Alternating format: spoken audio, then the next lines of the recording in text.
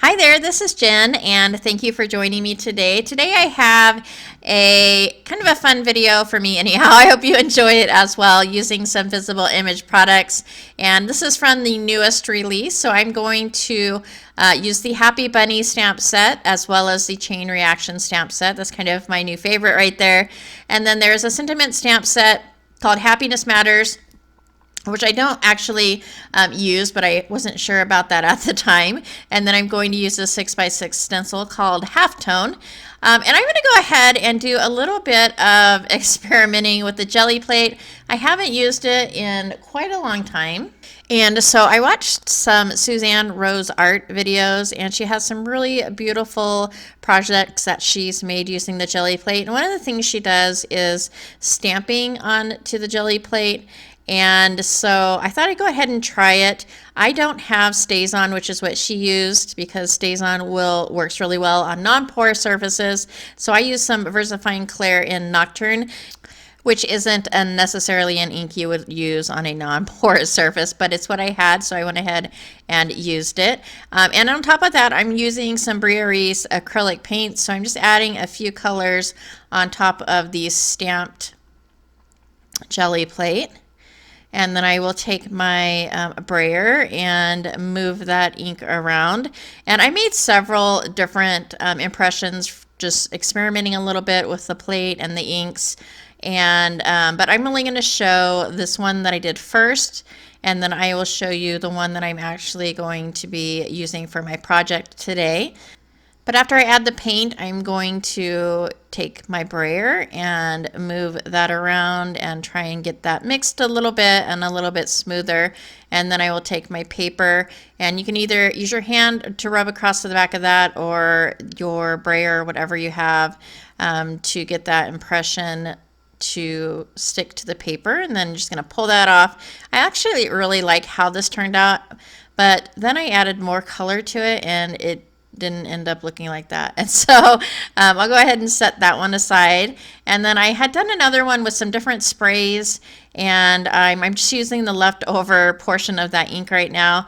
And I have all kinds of little kitchen gadgets that I use mainly for mixed media. I don't know what that is. I don't know if it's a meat press or something like that. So I just press that into that ink, and we'll get the impression from that. And that's going to be one side of this 8.5 by 11 piece of paper. And then I will do another print on the other side, which is the one that I'm actually going to keep. But I kind of like that, how that tool left that impression in the ink. And acrylic ink dries fairly quickly. So I'm next going to do some stamping directly into the acrylic ink. And after that, I'll tell you what I did with the stamp. So I'm adding a little bit of coral and yellow, and again I'll take my brayer to move that color around, and then I'm going to grab the number stamp from the Chain Reaction stamp set. So it's basically kind of a jumble of numbers, and I will take that and press that into the ink. So basically it is just removing the ink, and that is sticking to the stamp, so you get that impression. And then I'm going to take the main bunny stamp from the Happy Bunny stamp set and kind of layer that over right in the center. And again, I'm basically just pushing that into that acrylic ink, and it's going to basically lift the ink from the gel plate and leave the impression from the stamp.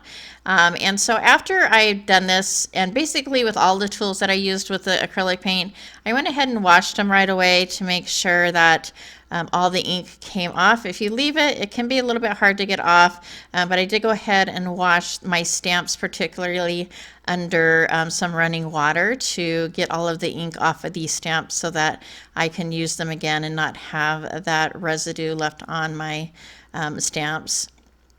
And then I'm going to pull my impression of that. And I actually really love how this turned out.